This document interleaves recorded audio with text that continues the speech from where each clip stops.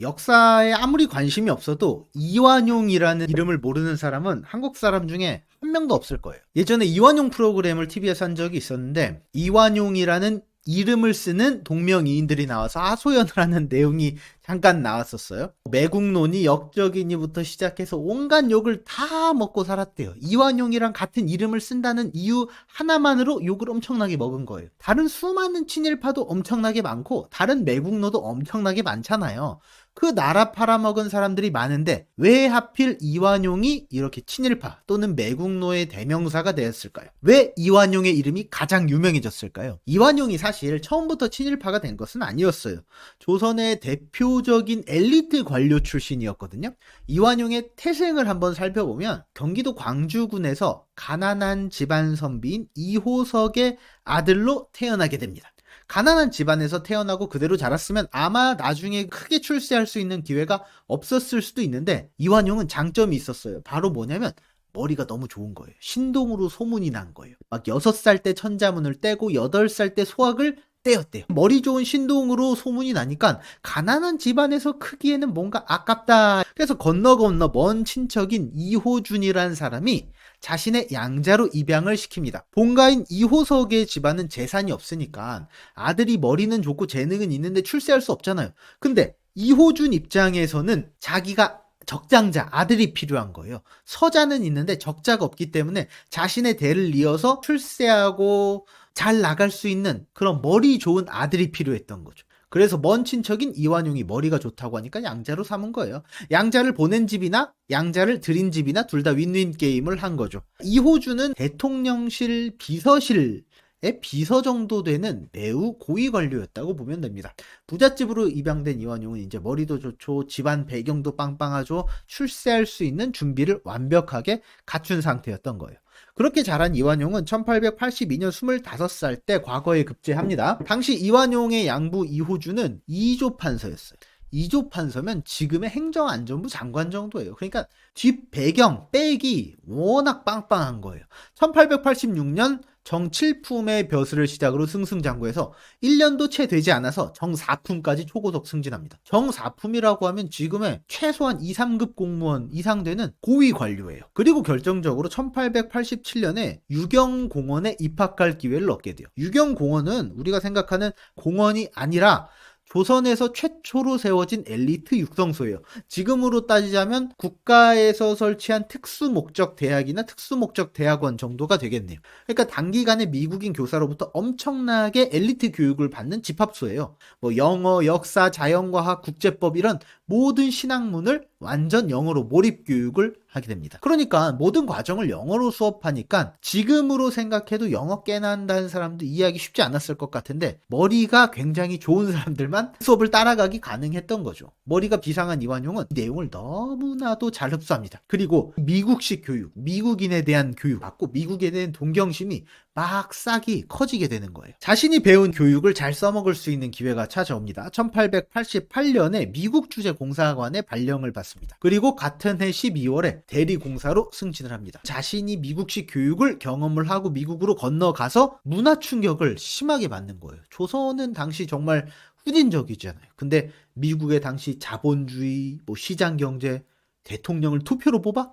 민주공화정이야. 평등사회, 신분계급제가 어쨌든 법적으로는 없어. 엄청난 충격을 경험하게 되는 거예요. 그리고 여기다가 자신이 경험한 유경공원의 근대적 교육제도에 관심이 많습니다. 그래서 나중에 이완용이 학부대신을 하거든요. 학부대신은 교육부 장관이에요. 이 시절 초등학교 의무교육제 등을 실시하는데 밑바탕으로 이 경험이 깔리기도 합니다. 당연히 이완용은 이러한 배경을 가지고 열렬한 친미파가 돼서 미국을 추종하는 세력이 됩니다. 다만 미국에서 많은 것들을 배우고 난 후 조선에서 어떻게 더 잘 활용할 수 있을까 더 많이 고민했다면 더 좋았겠죠. 하지만 이완용은 충실한 친미파로 활동하면서 조선에 대한 생각보다는 자신의 출세와 이익에 어떻게 이것을 이용할 것인지 더 관심이 많아 보였어요. 이완용은 미국에서 2년 동안 근무한 다음에 1890년에 귀국합니다. 이완용의 스펙이 엄청 빵빵한 상태예요. 머리도 좋아, 집안도 좋아, 유경공원 엘리트 교육을 받았어. 미국 공사관 파견까지 갔다 와서 국제 정세에도 능통해 완전 빵빵한 그 당시에 초특급 엘리트 교육을 받은 사람이에요. 계속 승승장구해서 승진을 거듭합니다. 그래서 1893년에는 한성부 좌윤, 지금의 서울시 부시장 자리에 오르게 돼요. 그리고 공조 참판, 국토교통부 차관 자리까지 승진합니다. 차관 자리까지 승진한 게 불과 30대 중반의 나이였던 거예요. 친미파 관료로 승승장구하던 이완용에게 변화가 생긴 것은 1894년이에요. 바로 청일전쟁의 발발이죠. 청일전쟁은 조선이라는 나라의 패권을 두고 청나라와 일본이 전쟁을 벌였죠.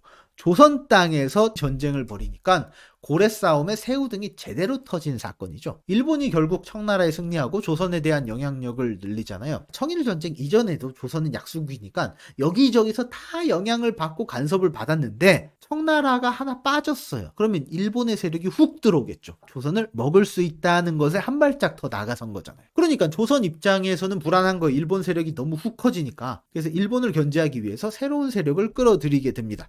바로 러시아와 미국 세력을 더 키우기로 결정하는 거죠. 그러니까 친미파였던 이완용에게는 오히려 기회가 더 좋아진 셈이에요. 친미파인 박정양이 내각 총리가 되면서 이완용은 38살의 나이로 학부 대신, 즉 교육부 장관 자리에 임명됩니다. 이완용이 계속 전성기를 구가하는데 더 놀라운 것은 단지 이완용이 정부에서만 엘리트 관료로 잘 나간 게 아니었어요. 이완용은 독립협회 위원장까지 지냈을 정도로 명성이 있었어요. 이 독립협회라는 단체를 실질적으로 이끌었던 리더였어요. 그런 이유로 독립문에 현판 글씨가 있거든요. 한쪽은 한자로 독립문 돼 있고 한쪽은 한글로 독립문 이렇게 돼 있는데 이 현판 글씨도 이완용이 썼다라는 주장이 있고 실제 그런 신문 기사도 있습니다. 아주 확정된 주장은 아니지만 실제로 이완용이 이 현판 글씨를 썼다는 것이 상당한 신빙성이 있는 이유가 독립문을 건립하는 기념식에서 이완용이 대표로 축사를 해요. 왜냐면 독립협회 위원장이니까. 말하기를 조선이 독립을 하면 미국처럼 부강한 나라가 될 것이고 조선 인민이 단결하지 못하면 폴란드처럼 남의 종이 될 것이다. 세계사의 두 본보기는 미국처럼 제일 부강한 나라가 되거나 폴란드처럼 망하는 나라가 되거나 둘 중 하나인데 어떻게 하느냐는 사람 하기에 달려있다. 나는 조선 사람들이 미국과 같이 독립하기를 원한다. 이렇게 말을 합니다. 미국처럼 독립한 강대국이 되기를 원한다? 지금 우리가 알고 있는 친일파 이완용이 한 말이라고 하긴 믿기지 않죠? 그 당시 미국은 그만큼 열렬하게 추종하는 세력이었어요. 당시 조선을 가운데 두고 일본의 세력이 크게 영향력을 넓히고 있었고 청나라의 세력은 이미 나가리가 났다. 그래서 조선은 일본을 견제하기 위해서 러시아 세력과 미국 세력을 끌어들이려 하고 있었다 정도로 이해하시면 될 것 같아요. 다만 러시아나 미국 세력이 들어오려고 하곤 있었지만 일본은 여기서 기세 좋게 청나라를 물리치고 더 영향력을 강화하려고 하잖아요. 그래서 일본이 실시한 제도가 바로 1894년에 실시된 가보개혁이죠. 가보개혁은 개혁이잖아요. 개혁이란 말은 굉장히 긍정적인 의미를 갖고 있는 말이잖아요. 들어보면 좋은데 가보개혁의 일부 조항은 사실 조선이 자주적으로 실행하려고 한 조항들도 있었죠. 근데 대부분 일본이 꼭두각시 내각을 세워서 조선을 조종했다는 것이 정설이죠. 김홍집, 박영효와 같은 대표적인 친일파 관료들을 주축으로 해서 일본의 힘을 등에 업고 개혁을 거침없이 진행을 합니다. 근데 문제는 일본의 개혁이 너무 급진적이었다는 거예요. 너무 급진적으로 몰아치니까 반발이 생기죠. 그래서 일본의 일방적 조치, 반발이 생겨서 1895년에 조선 조정이 러시아 공사 베베르와 손잡고 친일파 박영효를 축출하는 일이 있게 됩니다. 일본이 너무 강하게 밀어붙이니까 반발력으로 오히려 러시아 세력이 강해지는 일이 있게 되죠. 이때부터 본격적으로 친일파와 친러파의 격돌이 시작됩니다. 이완용은 여기서 어디 있었어요? 친러파의 대장격이었던 거죠. 여기서 이완용은 친미파였다가 친러파로 극적으로 갈아탑니다. 물론 이완용이 친미 성향을 완전히 버린 것은 아니에요. 오히려 친미파와 친러파 사이쯤 됐을 것 같아요. 두 개를 믹스해 놓은 상태였는데 어쨌든 이완용이 이 시기에는 명확한 반일 성향을 가지고 있었던 거죠. 일본 입장에서는 어이가 없죠.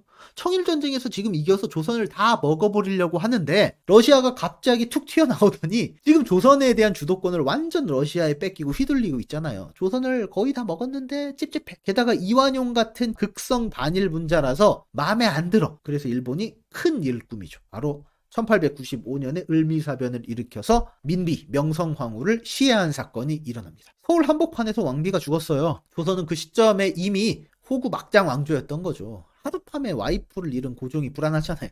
고종도 그대로 경복궁에 있다가는 명성황후처럼 일본의 손에 언제 죽을지 모르는 거예요. 그래서 무섭잖아. 어디로 가? 러시아 공사관으로 도망갑니다. 이른바 악원 파천이 일어나게 되는 거죠. 일국의 왕이 외국인 러시아 공사관으로 자리를 옮겼으니까 꼴이 정말 우스워지는데, 일단 왕이 러시아 공사관으로 들어갔다는 것은 러시아 영향권 안에 들어갔다는 거잖아요. 당연히 러시아의 세력이 굉장히 강해지겠죠. 그러면 친러파의 대장격인 이완용도 당연히 엄청난 이득을 얻겠죠. 친러파인 이완용은 뭐 외무 대신, 농상 공부 대신 이렇게 완전 승승장구합니다. 고종의 신임도 이때 장난이 아니었거든요. 이때까지도 이완용은 어떤 노선이었냐? 바로 반일 노선을 아주 명확히 하는 상태였다라고 보시면 됩니다. 외무 대신일 때 이완용이 어떤 일을 겪냐면, 일본이 철도 부설권을 요구한 적이 있어요. 근데 이완용이 너네 일본한테는 철도 부설권을 줄 수 없습니다 라고 매몰차게 딱 잘라버려요. 그러니까 일본 공사가 이완용에게 와서 외무 대신 각하 이거 너무한 거 아닙니다 이렇게 사정사정하는 그런 기록도 있습니다. 이완용이 여기까지 완전 전성기죠. 근데 이완용이 계속해서 잘 나가다가 여기서 삐끗하는 사건이 발생하게 됩니다. 고종이 러시아를 의지해서 러시아 공사관으로 대피하잖아요. 그러면 러시아의 영향력이 당연히 강해지는 것은 어쩔 수 없는데, 러시아가 그냥 고종을 받아줬겠어요? 자기들도 꿍꿍이가 있겠죠. 조선을 뜯어먹을 생각으로 고종을 받아줬던 거 아니에요? 제국주의 본색을 드러냅니다. 고종에게 말을 하죠. 야, 너가 능력이 없어서 와이프도 죽었는데 우리가 그래도 너를 불쌍히 여겨서 받아줬잖아. 그러니까 보호비 정도는 좀 내줘야 되지 않겠냐? 야, 그래도 왕인데 예의가 있어야지. 이렇게 반쯤 협박하는 거예요. 그래서 러시아는 뭘 요구하냐? 함경도 지방에 금강 채굴권, 그리고 석탄 채굴권, 이런 것들을 요구하는 거예요. 그리고 러시아 군사 교관을 조선군에 파견해서 조선군에 대한 장악력을 굉장히 높이려고 하는 거죠. 외무 대신인 이완용이 협상을 주도합니다. 근데 이완용은 러시아 요구가 좀 부당하다고 생각을 하고 반대하고 거절을 합니다. 근데 이완용이 여기서 왜 러시아의 요구를 반대하고 거절했냐? 딱히 조선이라는 나라를 생각해서 이권을 거절한 것은 아닌 것 같아요. 자신과 친분이 있던 미국인 알렌을 통해서 미국인 모스에게 철도 부설권을 넘겨줬거든요. 그러니까 일본한테 안 준 철도 부설권을 자기랑 친한 미국 사람한테 넘겨준 거예요. 자신의 친분이나 이해관계에 따라서 주권을 하나씩 넘겼던 사람이 이완용이에요. 이완용이 그 당시 보기로는 러시아가 아직까지 그 정도 나랑 친분이 있지는 않다, 영향력이 있지는 않다라고 생각을 했던 것 같아요. 러시아 입장에서는 어이가 없죠. 왕을 우리가 인질로 잡아두고 있는데 외무 대신 이완용 따위가 회방을 놔? 건방진 자식. 고종을 끼고 있는 러시아는 이완용을 축출해버리기로 합니다. 그래서 어떻게 해요? 고종에게 압력을 가하죠. 외무 대신에 있다가 학부 대신으로 멀찌감치 떨군 다음에 평안도 관찰사로 보내버려요. 관찰사가 말이 좋아서 높은 벼슬 깠지 사실 중앙조정에서 멀리 지방으로 좌천시켜서 눈에 안 보이는데 쫓겨내버린 셈이잖아요. 러시아 공사 베베르의 후임으로 온 스페르라는 사람이 있는데, 이 사람은 고종에게 어떻게 협박을 하냐면, 이완용을 쫓아내지 않으면 경비병을 당장 철수시키겠습니다. 니들이 알아서 살든가 말든가. 완전 대놓고 협박을 하는 거예요. 그러면서 이완용을 절대 등용하지 못하라고 계속 압박을 가하는 거예요. 이완용이 여기서 엄청나게 좌절을 겪게 되는 거예요. 게다가 엎친 데 덮친 격으로 양부였던 이호준이 사망하게 됩니다. 그래서 3년 상도 치르러 어차피 귀양해야 되는 거예요. 거침없이 승승장구했던 이완용이 완전 나락으로 떨어진 셈이죠.